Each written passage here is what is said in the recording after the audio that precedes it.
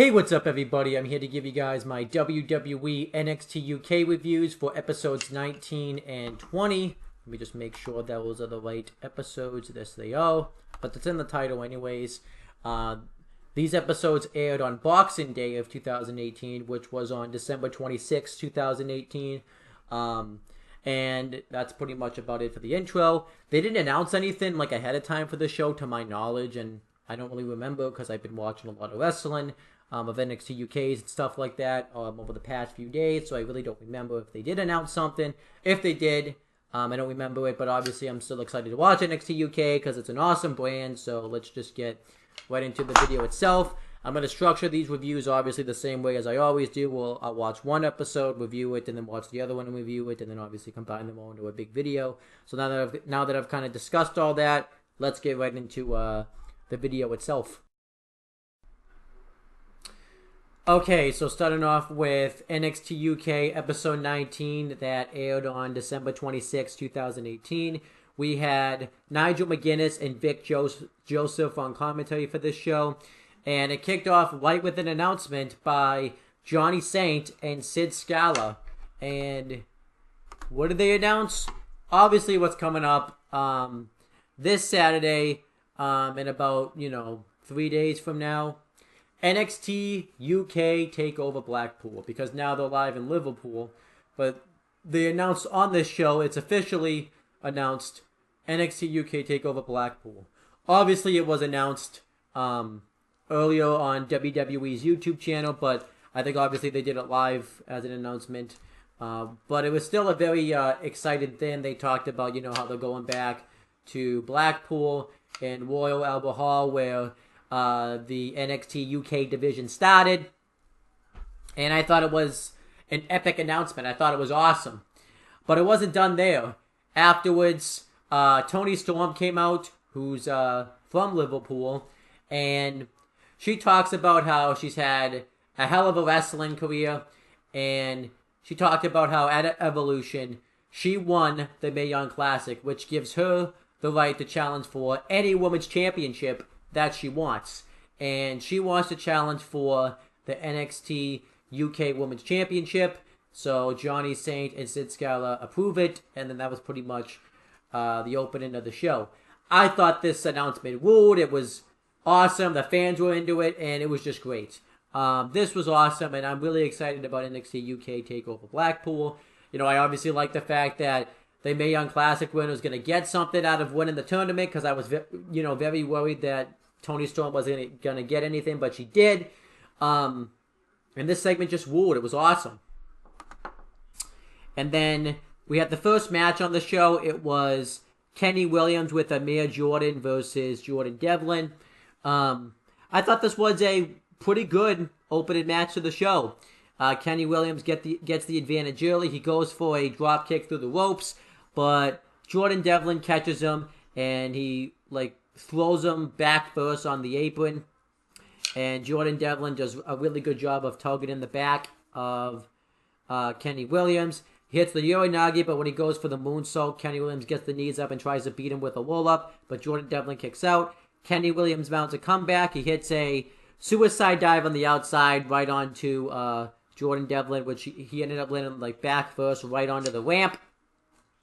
And then Jordan Devlin went for a wheelbarrow roll-up or something, but Jordan Devlin counted into a back suplex. He hit another back suplex, driving him right on the back of his neck. And eventually Jordan Devlin wins with Irish Call, and that was pretty much the match. But I thought it was a pretty good opening matchup for Jordan Devlin. Afterwards, Radji tries to come in and interview him, but Jordan Devlin kicks him out. And he says that ever since he's come to NXT UK, he's called out the biggest frauds on the roster. But the next person that he calls out is the biggest fraud of them all. Don't know who that is, but I can't wait to see what they do with this. Then Johnny Saint and Sid Scala get interviewed, and they're going to talk about, they kind of were talking a little bit about NXT UK TakeOver Blackpool. And then Rhea Ripley comes up and is not happy that Toni Storm wants a title match against her, because she thinks she should be able to pick her opponent. and she wants to defend her NXT UK Women's Championship on the next episode of NXT UK. So Johnny Saint and Sid Scala go to talk about it. And when they come back out, they announce that on the next episode, she is going to defend her title against Deonna Purrazzo, who's going to be the newest member of the NXT UK Women's Division. I actually thought this was a pretty good way to announce that match, so I liked this. Then we had the next match. It was Dan Maloney versus Eddie Dennis. Eddie Dennis just pretty much destroys Dan Maloney the whole match. He hits a tilt-a-whirl sidewalk slam on the apron. But then eventually, as the match progresses, Dave Mastiff just runs right out of the locker room and beats the crap out of Eddie Dennis. And he hits a German suplex on him. He goes for the Void, which is the cannonball into the corner.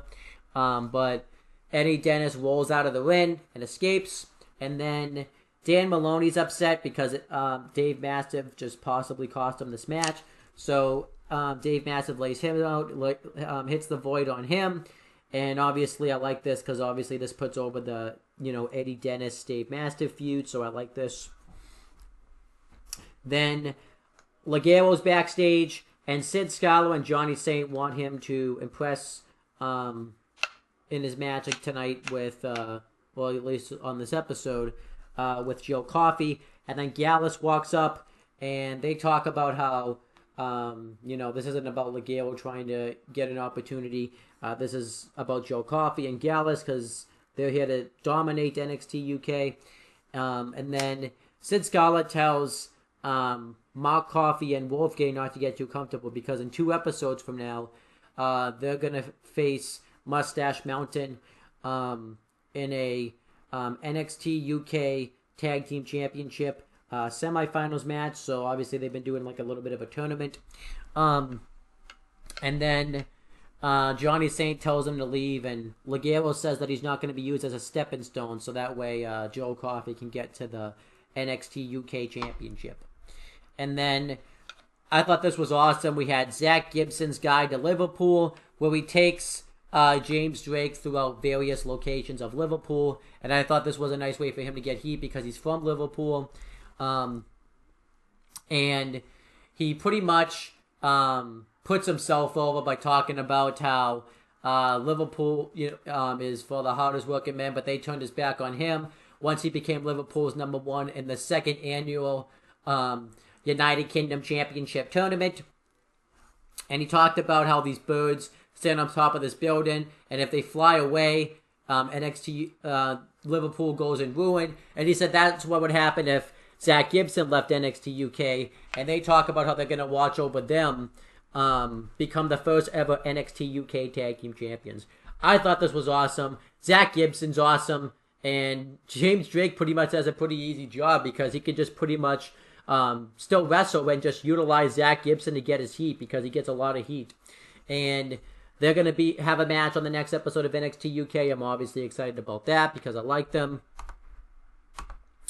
Then we had Tucker and Jack Stars versus Tyson T-Bone and Saxon Huxley.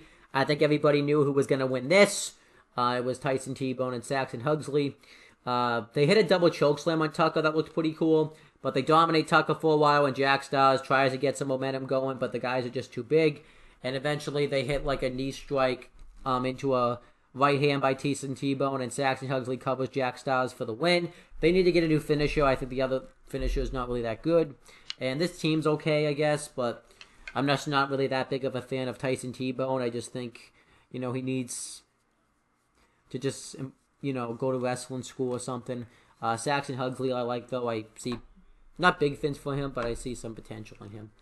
And then Isla Dawn gets interviewed about losing the NXT UK Women's Championship match a few episodes ago. And, she talks about how she takes that as a learning experience and is just gonna get better and come back stronger than ever and get another opportunity. And then Ginny comes up and talks about how she blew it and says that if she got the opportunity, she would have fallen as flat as Isla Dawn did, and says that Isla Dawn is just a waste of everybody's time. And that was pretty much that. She said something else like it was like witchcraft versus fashion or something. But you know, I thought this was very good in setting up a feud between Isla Dawn and Ginny. They're probably not going to do a match at NXT UK Takeover Blackpool, but I'll imagine they're just going to probably do a match on an episode of NXT UK, which I'd be alright with that. And then we had the main event. It was Ligero versus Joe Coffey with Mark Coffey and Wolfgang ringside. I thought this was a really good main event here. Ligero ties himself up, and then when Joe Coffey goes to attack him, he ends up hitting a kick right to the head, which I thought that was pretty cool. Joe Coffey spears Ligero right into the guardrail, and he works over the ribs of Ligero, but then Ligero starts to mount a comeback. He hits a really cool high cross body, hits a really cool sliced bread number 3, and he hits a really cool suicide dive on the outside. Joe Coffey hits some really cool moves himself with the German suplex, half and half suplex, and a really cool tiltable slam. But that eventually gets the win when Ligero goes to go off the top to do a springboard crossbody, but Ligero catches him into the discus clothesline for the win, and Joe Coffey wins, and then the show goes off the air. I thought the main event, though, was really good. It did a really good job of building up Joe Coffey, and I'm guessing he's going to be the next guy that gets the NXT UK Championship match, and he's probably just going to get it at NXT UK TakeOver Blackpool, which I think would make sense, but obviously we'll have to wait and see what happens. But that was pretty much this episode of NXT UK. I actually thought this was a great episode here. I was fairly entertained throughout. I enjoyed, the announcement of NXT UK TakeOver Blackpool, and you could see that just based on that announcement, that lit a fire under the roster's ass and made them up their game and stuff. Not that they weren't good before, but I'm just talking about kayfabe-wise. But I enjoyed Jordan Devlin versus Kenny Williams, and I enjoyed what they're possibly going to set up next for Jordan Devlin. I enjoyed the setup for the NXT UK Women's Championship match on the next episode, the setup of an Isla Dawn Ginny feud, Zach Gibson's guide to Liverpool I thought was entertaining. I thought we had a really good main event.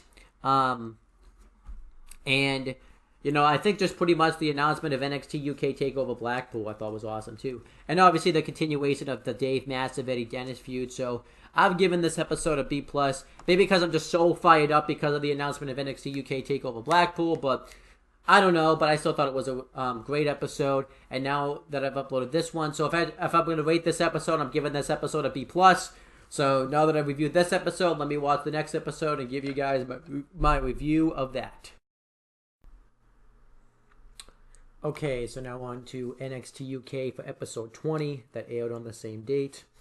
The show kicked off with a match between James Drake and Zach Gibson versus Wild Boar, Mike Hitchman, and Primate Jay Melrose. And I believe Jay Melrose used to work for Defiant Wrestling, and he was on the show, and I thought that was pretty damn cool. And I actually thought this was a pretty good match to kick off the show with. Hitchman and Melrose dominate the beginning portions of this matchup, and they just look like they really do gel well together as a team. And I like the way that James Drake and Zach Gibson got the advantage in this matchup by, Zach Gibson blindly tagging himself in, and James Drake acting like he was scared of him, but all along it was just a trap, so that way Zach Gibson could pull the ropes, and Jay Melrose fell through the middle rope. I thought that was absolutely awesome. And then they do the Zach Gibson does the backbreaker, and James Drake does the springboard knee drop combination. I think that's an awesome tag team maneuver. And they dominate Jay Melrose for a while. And then Mike Hitchman gets the hot tag. He hits some really sick moves in this matchup. The senton right across the back of James Drake. He hit a really cool pump-up powerbomb on him. But then Zach Gibson blindly tags himself in, and Mike Hitchman goes for the senton in the corner. And then Gibson moves James Drake out of the way, and they end up hitting the one-way ticket to Mayhem for the win. And James Drake and Zach Gibson go over, which I thought that made sense because they're like one of the top heels in the NXT UK tag team division, so I thought it made sense for them to go over. But I thought it was a pretty good match to kick off the show.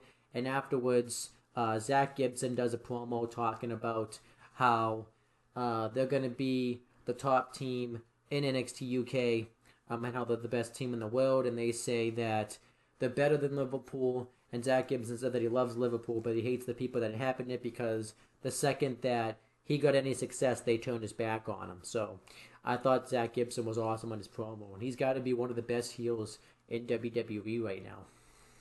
And I'm saying all WWE, not just in NXT UK. And then Mustache Mountain get interviewed, and they talk about how on the next episode of NXT UK, they're going to take care of Gallus and get one step closer to becoming the first ever NXT UK Tag Team Champions. And they go over, like, you know, how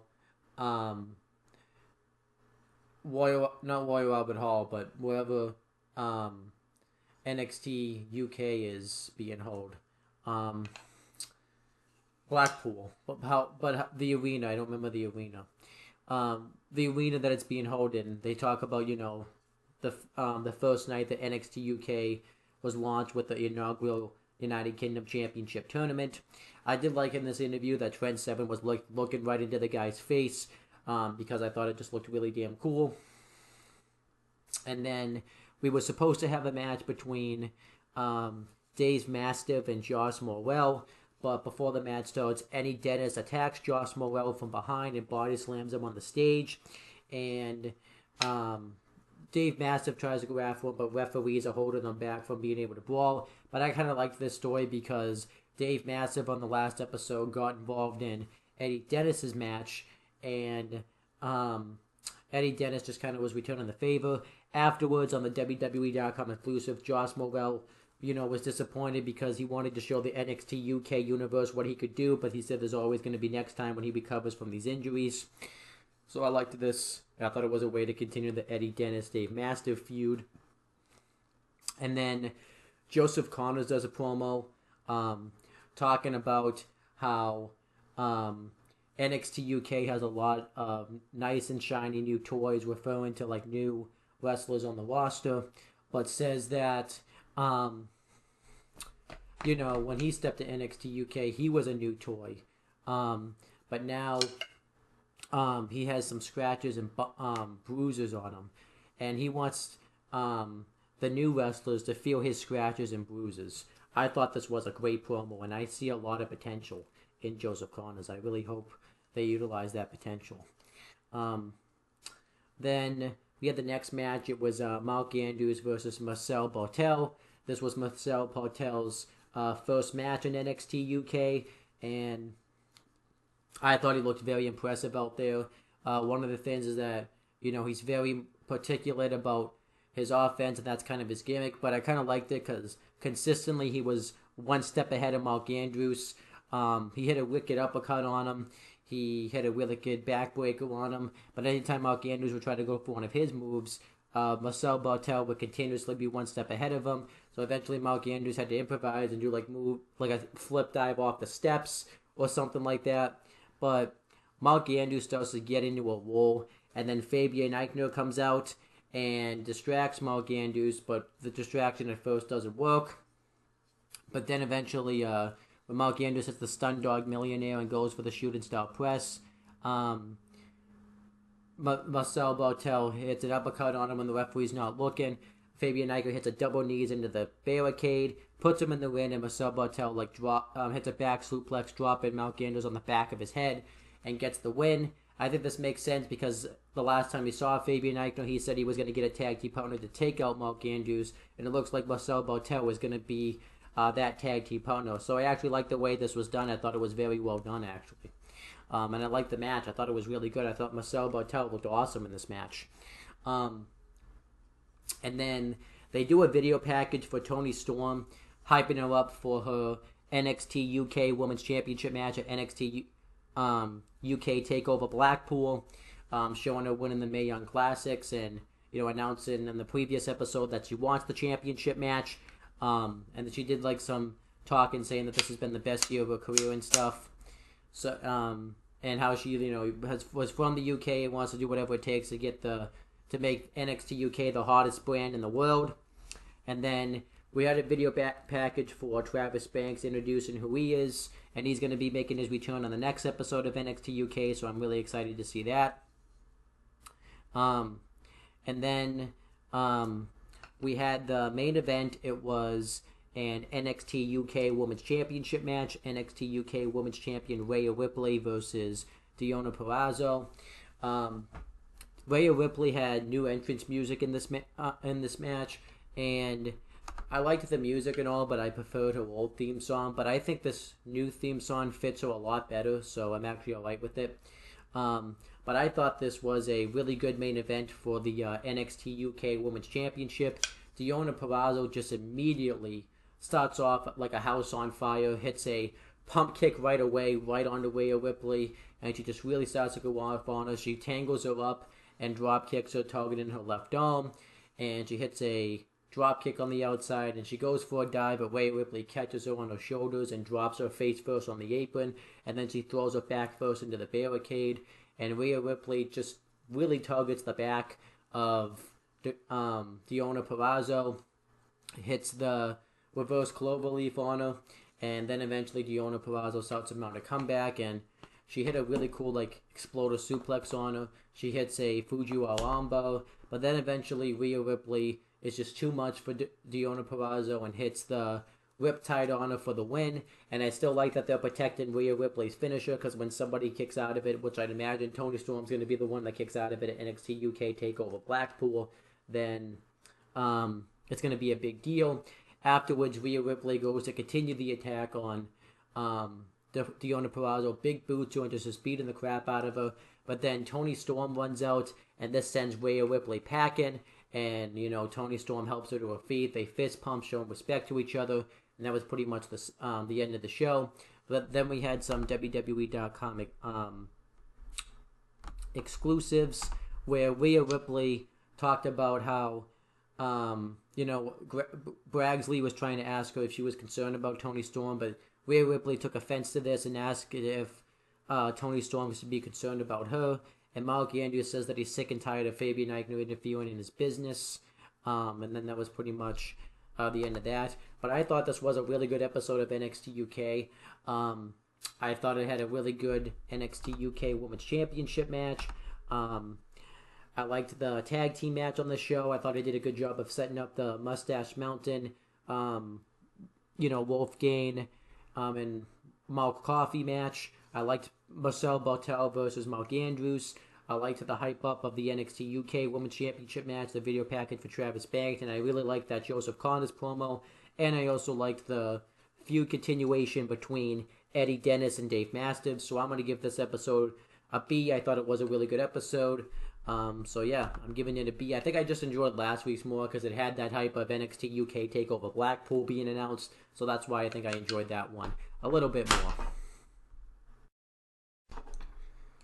And that's pretty much the end of this video, guys. Thank you guys for watching. Please make sure you guys like, comment, and share this video so people watch it. Make sure you guys subscribe to this YouTube channel for more content and click on the bell so that way every time I upload a video, you guys will get the notifications for it. Make sure you guys do the same thing for my CM Brothers and on the Talkinator YouTube channels. And that's pretty much it, guys. Talk to you later.